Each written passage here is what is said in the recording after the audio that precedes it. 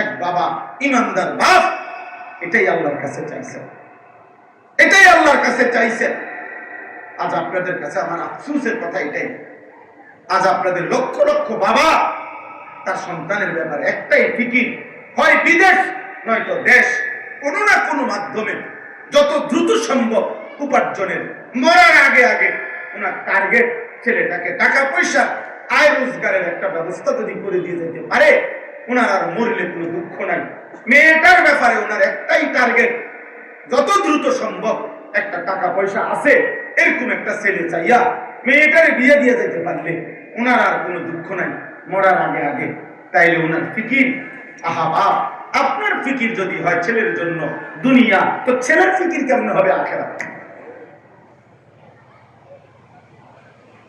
আপনার নিজের ফিকির যদি হয় মেয়ের জন্য দুনিয়া, পয়সাওয়ালা জামাই ছেলে পর্দা থাকুক বা না থাকুক, ছেলে নামাজ পড়ুক বা না পড়ুক, খোলার বিল্ডিং আছে, তাহলে আপনার মেয়ে পর্দা করবে কেমনে?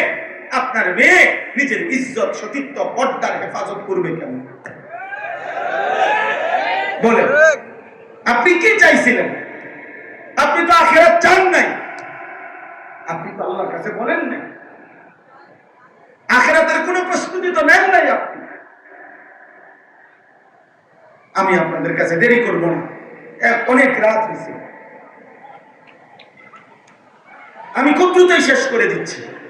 আমি মনে করাই দিলাম, ইব্রাহিম আলাইহিস সালামকে আল্লাহ তাআলা 5টা বলছি উদাহরণ, মোট 7টা উদাহরণ দেবো আমরা।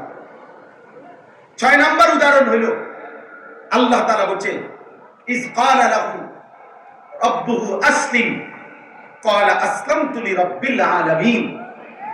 প্রত্যেকবারে ইব্রাহিম আলাইহিস সালামকে আল্লাহ বলছে, ইব্রাহিম তুমি আমার আনুগত্য করো, ইসলাম আনো, মানে ইসলাম মানো মানে আমি আল্লাহর আনুগত্য করো। ইব্রাহিম আলাইহিস সালাম প্রত্যেকবারে বললেন, যদি 30 বার হয় পরীক্ষা তো 30 বার, যদি 70 বার পরীক্ষা হয়, ওই বেটা মোবাইল উঠাও, সাবধান। আব্বা আমার এটা আমারই মনে করো বদ অভ্যাস, আমি এটা, ওই বেটা বুট খাইতেছে আমি কিছু বলি নাই, কিন্তু তুমি মোবাইল আর কি দিছো আমি বলছি। তুমি জিজ্ঞাসা করো ভাই অনেকক্ষণ ধরে বুট খায় আমি দেখছি, কিন্তু ওইটা আমি কিছু বলি নাই।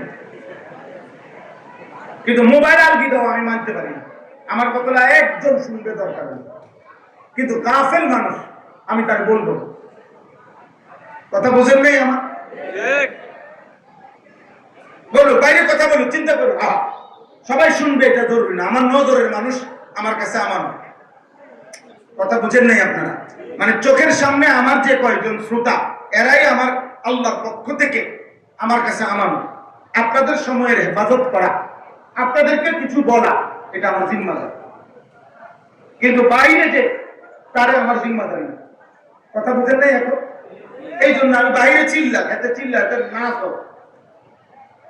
এই দিন আমি গত বৃহস্পতিবার, বিশ্বাস করেন আপনাদের সত্য কথা বলি, ঢাকা যাত্রাবাড়িতে একটা মাদ্রাসা 7 তলা ভবন আর কি, একটা মার্কেট বিল্ডিং এর 6 তলা এবং 7 তলা, এই 2 তলা হলো মাদ্রাসা, 2 তলা এবং 3 তলা হলো কমিউনিটি সেন্টার।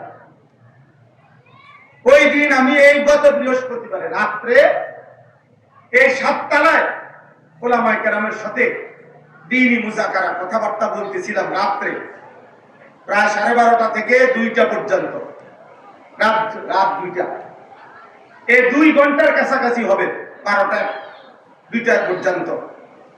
এই 2 ঘন্টায় আমরা এখানে কথা বলছি, দ্বীনি আলোচনা করছি, ওই 2 তলা এবং 3 তলায় কমিউনিটি সেন্টারে। এই পুরাটা টাইম ফুল সাউন্ডে ডেক্সেট বাজছে এবং নর্তকী নাচ, এর কসম করে আমি মৌলানার সাথে বলছি, মৌলানা 1 সেকেন্ডের জন্য আপনি টেনশন করেন না, এটাই দুনিয়া, এই আলো অন্ধকার মিলে দুনিয়া, এর জন্য এটা দুনিয়া। এখানে আলো আছে, অন্ধকার আছে, এখানে রোদ আছে, বৃষ্টি আছে, এখানে রাত হয়, দিন হয়, এখানে সূর্য ওঠে, চাঁদ ওঠে, এখানে সৎ থাকে, অসৎ থাকে, এখানে চরিত্রবান আছে, চরিত্রহীন আছে। এই একই ঢাকা, একই বিল্ডিং এর অসংখ্য ঢাকা শহরে বিল্ডিং আছে, কোন বিল্ডিং এর মধ্যে, একই বিল্ডিং এ কোথাও হয়তো নাচ গান হইতেছে কোন তালায়, আবার কোন তালায় তালিব এলেম আল্লাহর কোরআনের হিফজ করতেছে। এই আসমানের ফয়সালা, কোনো সমস্যা নাই। সবাই শুনতে হবে জরুরি না, সবাই চিৎকার দিতে হবে, স্লোগান দিতে হবে জরুরি না। এটা কোনো নির্বাচনের প্রার্থী না, এটা কোনো জনসমর্থন যাচাই করা না, জনসমর্থন যাচাই করা না। আল্লাহর জন্য বলা, আল্লাহর জন্য বলা, আল্লাহর জন্য বলা। তো বলতেছিলাম, ইব্রাহিম আলাইহিস সালামকে আল্লাহ বললেন, ইব্রাহিম আসলিম, তুমি আমার আনুগত্য করো। যদি 30 বার বলে থাকে 30 বারই বলছে, যদি 70 বার পরীক্ষা নেয় তো 70 বারই ইব্রাহিম বলছে আসলামতু, বিনা প্রশ্নে আমি আপনার আনুগত্য করলাম। আসলিম মানে হলো ইসলাম, মূলত বলা হয় শর্তহীন, যুক্তিহীন, তর্কহীন আল্লাহর কথা, রাসূলের কথা নিশ্চিন্তে মেনে নেওয়া, এটারই মূলত বলে ইসলাম। ইশকাল করিলে, আপত্তি করিলে আর ইসলাম হয় না। আর কি হয় না? এই জন্য কোরআন কারীমের মধ্যে আল্লাহ বলছে, দেখো মিনার প্রান্তরে ইব্রাহিম প্রশ্নহীন সন্তানকে জবাই করতে রেডি। ইসমাইল প্রশ্ন ছাড়া নিজে জবাই হইতে রেডি।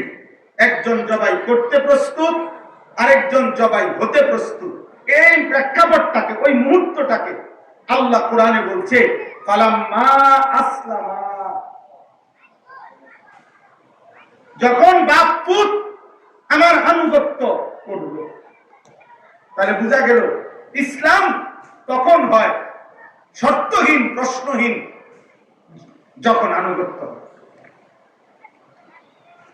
ইসমাইল সেদিন যেই আনুগত্য দেখাইছে ওই সময় হয় ইসলাম। ইব্রাহিম যেই আনুগত্য দেখাইছে কুরবানির মুহূর্তে, ওইটাই ইসলাম। ওই পর্যন্ত পৌঁছা পর্যন্ত আমিও মেহনত করা দরকার, আপনিও মেহনত করা দরকার। মেহনত যে আমার মালিকের ফয়সালার সামনে আমার কোনো কথা নাই, আমার কোনো কথা নাই, আমার কোনো কথা। হযরত আয়েশা রাদিয়াল্লাহু তাআলা আনহাকে এক মহিলা জিজ্ঞেস করছে নবীজির জামানায় যে, আম্মা জান, আমরা মহিলাদের যখন মাসিক ঋতুস্রাব হয়, তো রমজান মাসে যদি হয় রোজাও ছেড়ে দিতে হয়, নামাজও ছেড়ে দিতে হয়, কিন্তু রোজা পুনরায় কাজা করতে হয়, নামাজ কোনো সময় কাজা করতে হয় না, এমন কেন? বিষয় একটাই, মাসিক ঋতুস্রাব, কিন্তু রোজা কেন কাজা করতে হয়, নামাজ কেন কাজা করতে হয় না? তখন আম্মা জান আয়েশা রাদিয়াল্লাহু তাআলা আনহা কোন যুক্তি না দেখাইয়া তিনি শব্দ শুধু বলছে হাকাদা আমারা রাসূলুল্লাহ সাল্লাল্লাহু আলাইহি ওয়াসাল্লাম। বলছেন, আরে বেটি, কি জিজ্ঞাসা করলা? আল্লাহ রাসূল এভাবেই বলেছেন, এটাই দ্বীন, এটাই শরীয়ত, এটাই আল্লাহর ফয়সালা, এটাই নবীর ফয়সালা। এখানে তোমার যুক্তি তালাশ করা, প্রশ্ন উত্থাপন করার কোনো দরকার নেই। এটা দ্বীন, এটা ইসলাম। তো আমার বলার উদ্দেশ্য হলো, ইব্রাহিম আলাইহিস সালাম যখন বললেন আসলামতু, আল্লাহ আমি আপনার নিঃশর্ত আনুগত্য করলাম, তো এরপরে পরীক্ষা শেষ, আনুগত্যের পরীক্ষায় উত্তীর্ণ, ইসলামের পরীক্ষায়, প্রতিবারের পরীক্ষায়। তো এরপরের আয়াতই হলো ওয়াসা বিহা ইব্রাহিমু বানিহি ওয়া ইয়াকুব। আল্লাহ বলেন, আমার ইব্রাহিম এবং আমার ইব্রাহিমের পরবর্তী বংশধর ইয়াকুব, তারা উভয়ই তাদের সন্তানদেরকেও এই একই ওসিয়ত মৃত্যুর পূর্বে করে গেলেন, ইয়া বানিয়া ইন্নাল্লাহ আস্তাফা লাকুমুদ্দীন, আল্লাহর পক্ষ থেকে মনোনীত দিন আল্লাহ তোমাদের জন্য নির্বাচিত করেছেন। হে আমার সন্তানগণ, ফালা তামুতুন্না ইল্লা ওয়া আনতুম মুসলিমুন, তোমরাও মৃত্যু পর্যন্ত আল্লাহর আনুগত্য চূড়ান্ত করা ছাড়া মৃত্যুবরণ করো না, কবরে যাইও না। ফালা তামুতুন্না, এজন্য বাবা কিংবা ছেলে, মা কিংবা মেয়ে, প্রত্যেকের জীবনে এই ব্যক্তি এবং পরিবার, এতটুকুর মধ্যে আমাদের ঈমান ইসলামের চর্চা, ফিকির, চেষ্টা, খোদার কসম, এটা আমাদের দায়িত্ব। একজন বাবা, আপনারা যারা বাবা, এখানে দুই শ্রেণী মানুষ। এক শ্রেণী অভিভাবক, কোনো না কোনো ভাবে আপনি অভিভাবক, হয় স্বামী, নয় বাবা, নয় দাদা, নয় চাচা, নয় নানা, নয় মামা, নয় ফুপা, নয় বড় ভাই, নয় দুলা ভাই, একটা না একটা কিছু আপনি। তাহলে আপনার অধীনে কেউ না কেউ আছে। আর এক শ্রেণী হলো তোমরা যারা কোনোভাবেই এখন দায়িত্বশীল না, বরং অবিবাহিত। তোমরা এখন কিশোর, যুবক, নওজোয়ান, অবিবাহিত ছেলে। তাহলে উভয় শ্রেণীর জন্য কথা হলো, ইসলাম তোমরা যারা অবিবাহিত সিঙ্গেল, তোমার নিজের জন্য বাধ্যতামূলক। আর আপনারা যারা অভিভাবক, আমি আপনি, আমাদের জন্য আমার নিজের ঈমান ইসলাম এবং আমার স্ত্রী সন্তানের ঈমান ইসলামের শতভাগ জিম্মাদারি, মৃত্যু পর্যন্ত, একেবারে রুহু যাওয়া পর্যন্ত যে ওয়াক্তের নামাজ, ওইটা যেমন আমি আদায় করা আমার দায়িত্ব, আমার বংশধরকে বলা চেষ্টা করা ওইটাও আমার দায়িত্ব। এই জন্য নবী সাল্লাল্লাহু আলাইহি সাল্লাম শেষ ওয়াক্ত নামাজ আদায় করছেন, আর জোহরের ওয়াক্ত হয় নাই, ফজরের নামাজ আদায় করে জোহরের ওয়াক্ত হওয়ার পূর্ব মুহূর্তে আল্লাহ নবী সাল্লাল্লাহু আলাইহি সাল্লাম ইন্তেকাল করছেন। কিন্তু যাওয়ার সময় আম্মা জান আয়েশাকে বলছেন, আমার উম্মতকে বইলো আমি যাচ্ছি আমার মালিকের কাছে, আর তুমি আয়েশার মাধ্যমে আমার উম্মতকে বলে গেলাম আসসালাত আসসালাত। আমার উম্মতকে বইলো যে তোমাদের নবী শেষবারের মতো বলে গেছে নামাজ নামাজ, শেষবারের মতো। যদি ভালোবাসো কাউকে নবীকে, তাহলে আখির ওসিয়ত নবী, ভুলো না নামাজ, নামাজ ভুলো না। এই জন্য বাবা, এটা জিম্মা, এটা জিম্মা। আপনাদের কাছে যে আয়াত দুইটা পড়ছি, এই দুইটা আয়াতের মূল মাকসাদ এটাই। এক নাম্বার হলো, একজন মুমিন হিসাবে আমরা কোনোভাবেই কোনো গুনাহ পাপ করা আমাদের জন্য সমীচীন না। গুনার বদলা পাপ করলে না দুনিয়াতে কোনো কিছু পাবেন, না আখিরাতে কিছু পাবেন। এই হলো প্রথম কথা। গুনাহের কারণে দুনিয়াও কিছু মিলে না, দুনিয়াও কিছু মিলে না, গুনাহের কারণে আখিরাতে মিলে। ওয়া ইন্নাল ফুজুরা ইয়াহদি ইলান নার। আল্লাহ নবী সাল্লাল্লাহু আলাইহি সাল্লাম হাদিসে বলেন, গুনাহ আর পাপ যদি তওবা না করে, যদি ছেড়ে না দেয়, যদি ফিরে না আসে গুনাহ থেকে, আর আল্লাহ যদি মাফ না করে, আল্লাহর কসম নবী বলছে প্রত্যেক গুনার ঠিকানা, গন্তব্য জাহান্নাম। প্রত্যেক গুনার গন্তব্য কি? জাহান্নাম, জাহান্নাম, জাহান্নাম, জাহান্নাম। এজন্য মনে রাখবেন, মনে রাখবেন, হারামের মাধ্যমেও কেউ উপার্জন বাড়ে না, বরং উপার্জন প্রত্যেকের খোদার কসম ওইটুকুই হয় যেটুকু আসমান জমিন সৃষ্টির 50,000 বছর আগে আল্লাহ তাআলা বান্দার জন্য লৌহে মাহফুজে তাকদীরের মধ্যে লিখে রাখছেন। আমি হুজুর সামনে আছি, উনি শাইখুল হাদিস, আমার মুরব্বি আলেমে দ্বীন, আমরা ওনার বারে জিগাইলেন।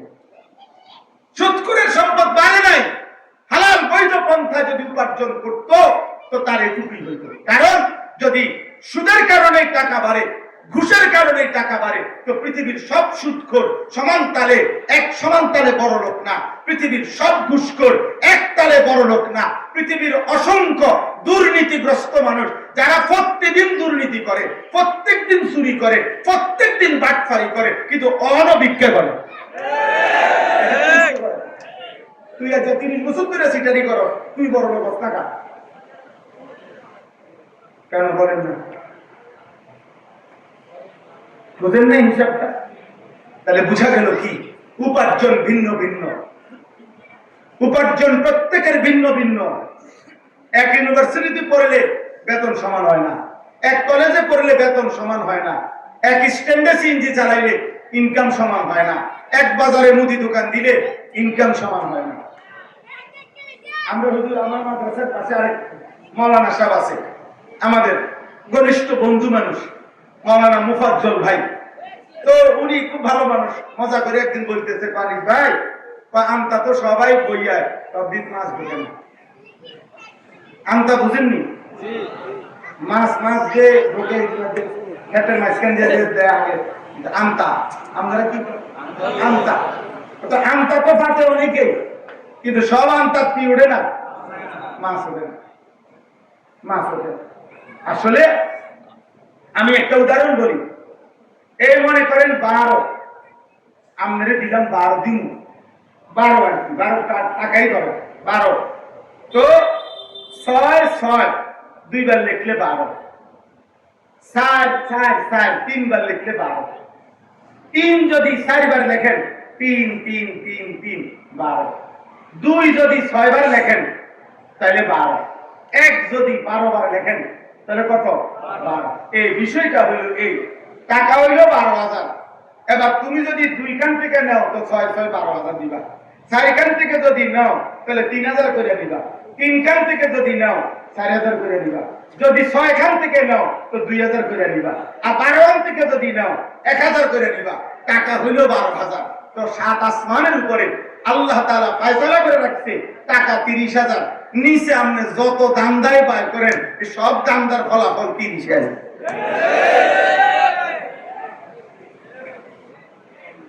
আপনি 6 করে নেন আর 4 করে নেন, 3 করে নেন আর 2 করে নেন আর 1 করে নেন, ফলাফল আসবে কত? হ্যাঁ, এটা বুঝা উচিত। কুল্লুন ফি কিতাবিন মুবিন, আল্লাহ কোরআনে বলছে রিজিকের পূর্ণাঙ্গ ফয়সালা। ওমা মিন দাব্বাতিন ফিল আরদি ইল্লা আলাল্লাহি রিজকুহা ওয়া ইয়ালামু মুস্তাকাররাহা ওয়া মুস্তাওদাআহা কুল্লুন ফি কিতাবিন মুবিন। আল্লাহ বলে রিজিকের প্রতি লোকমা, প্রতি ঢোক পানি, প্রতিটা নিঃশ্বাস দুনিয়ায় আমি যাকে যেটুকু দেব, আল্লাহর কসম আল্লাহ বলছেন আমি স্পষ্ট তাকদীরের মধ্যে আসমান জমিন সৃষ্টির 50,000 বছর আগে লিখে রাখছি, লিখে রাখছি। বাড়াই যাবতাম, কমাই যাবতাম। ইন্নার রিজকা লা ইয়াতলুবুল আবদা কামা ইয়াতলুবু আজালাহু। নবীজি যা বলেন সাল্লাল্লাহু আলাইহি ওয়াসাল্লাম, মৃত্যু যেমন কাউকে খুঁজে নেয়, আল্লাহ নবী বলেন কসম রিজিকও এভাবে বান্দাকে খুঁজে নেয়। মৃত্যুকে যেমন ডাকতে হয় না, মৃত্যু নিজেই খুঁজে নেয়, রিজিকও ঠিক তেমনি ভাবে খুঁজে নেয়। আমার ছোট মেয়ে আছে 4.5 বছর বয়স, এ কয়দিন টানা 10-15 দিন রূপালিয়াম না, রূপালিয়াম হয় দুপুরে নয়তো রাত্রে গেলে প্রায় সজাগ থাকে আমার মেয়ে। তো আমরা বাপজি একলগে আম খাই প্রতিদিন, 2-4টা বা 2-3টা আম। এখন এইটা কাইটা টুকরা টুকরা করলে এ আমার জি বন্টন করে, আবার বড়া যেটা আমের ওই বন্টন, এটা আমার আবুল জামুন। কিন্তু খাইতের সময় প্রায় সময় আমার বাড়ির তো হয় না। তো ইনসাফে হলো তুমি বাদ করলা, এটা আমার, এটা তোমার, এখন তোমারটা খাইয়ে সেটা তাড়াতাড়ি আবার আমার হবে না। তাহলে আমি বুঝলাম, মাঝে মাঝে হাসি আর বলি বিবির কাছে যে আমার আসমানওয়ালার রিজিকের ফয়সালা এটা।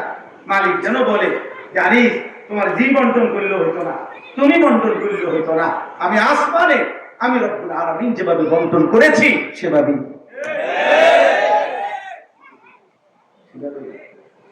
এমনও টুকরা আছে আমের, আমি কাছে নিয়ে আসি মুখে, ওইখান থেকে আমার হাতের থেকে নিয়ে খাই, এটা বুঝাইলাম আর এটা। তাহলে রিজিক কোথায়? রিজিক আছে। অতএব আপনার শুধু দুনিয়া, আমরা মুমিন, আমরা মুসলমান, আনুগত্যই আমাদের জিন্দেগি, ইসলাম আমাদের জীবন, আখিরাত আমাদের জিন্দেগি, আমরা মরব এটাই আমাদের নিশ্চিত বিশ্বাস। আমাদেরকে আল্লাহর মুখোমুখি হইতে হবে, এটা আমাদের ইয়াকিন। আমাদের মিজানের পাল্লায় আমাদের আমল ওজন হবে, এটা আমাদের ইয়াকিন। আল্লাহর মুখোমুখি আমল নামা নিয়ে আমাদেরকে দাঁড়াইতে হবে, এটা আমাদের ইয়াকিন। ফুলসিরাত আমাদেরকে পার হইতে হবে, এটা আমাদের ইয়াকিন। আমাদেরকে জান্নাত বা জাহান্নামে যেতে হবে, এটা আমাদের ইয়াকিন। জান্নাতে গেলে চিরস্থায়ী, জাহান্নামে গেলেও চিরস্থায়ী। আব্বা এই সত্য, এই স্পষ্ট।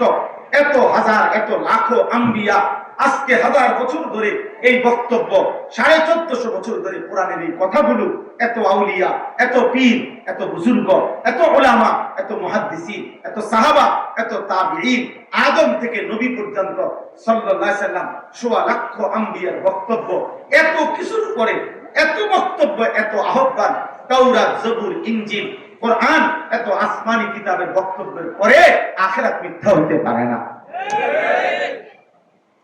অতএব দোস্ত, তুমি ভুলে গেলে আল্লাহ তোমারে ছাড়বে না।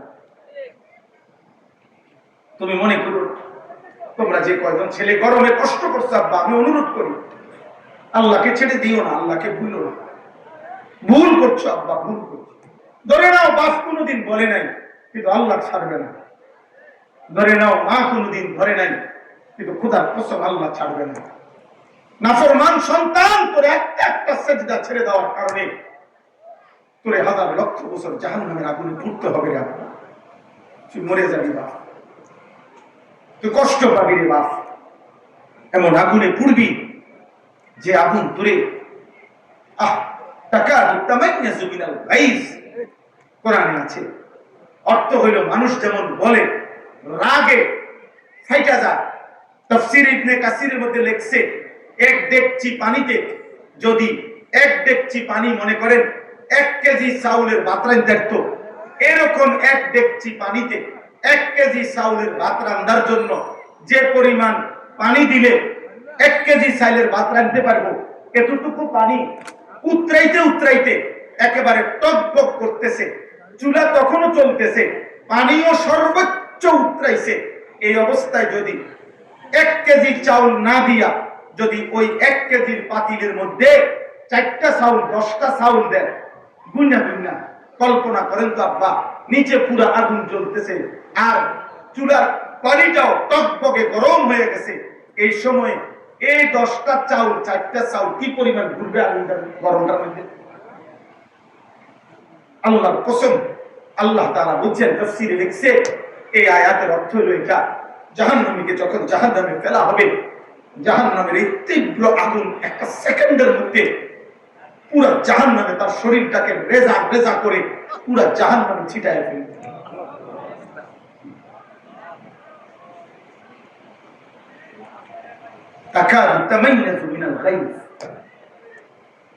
মনে হবে যেন রাগে ফেটে যাইতেছে, আগুন যেন রাগে, মানুষে কয় যেমন যে তে যেন রাগে ফেটে যাইতেছে। আল্লাহ বলে জাহান্নাম যেন রাগে গুসায় আগুনের তীব্রতায়